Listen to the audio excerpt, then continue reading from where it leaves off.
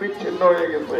কয়েকটি ইউনিয়নের ওয়ার্ড বিদ্যালয় সমস্ত প্রাথমিক বিদ্যালয়ের শিক্ষা অধিকার আমরা থেকে বঞ্চিত করা হচ্ছে। যাওয়ার মূল কারণ কি? আমরা যখন খোঁজ নেই পুষ্টিহীনতা।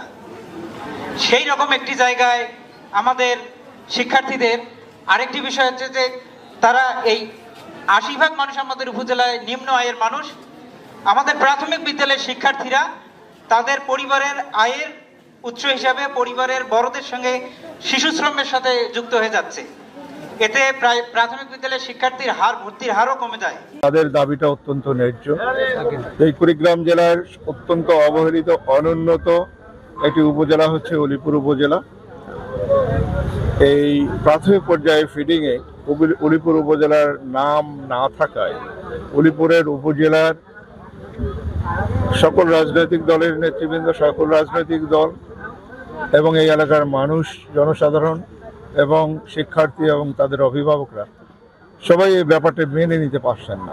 আমরা উলিপুর উপজেলার শিক্ষকবৃন্দ আমাদের প্রাণের দাবি এই স্কুল ফিডিং কর্মসূচির আওতায় আমাদেরকে অন্তর্ভুক্ত করা হোক।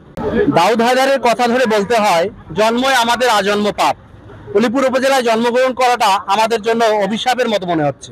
কারণ কুড়িগ্রাম জেলার 7টি উপজেলা যদি স্কুল ফিডিং এর আওতায় থাকতে পারে, কেন উলিপুর উপজেলা থাকবে না? এটা আমাদের জোর দাবি, দিতে হবে, আমাদের এটা আওতাভুক্ত করতে হবে। উলিপুর উপজেলা কেন বঞ্চিত হবে? এটা আমাদের দাবি, জোর দাবি। আমরা কেন স্কুল ফিডিং কর্মসূচি থেকে বঞ্চিত হব?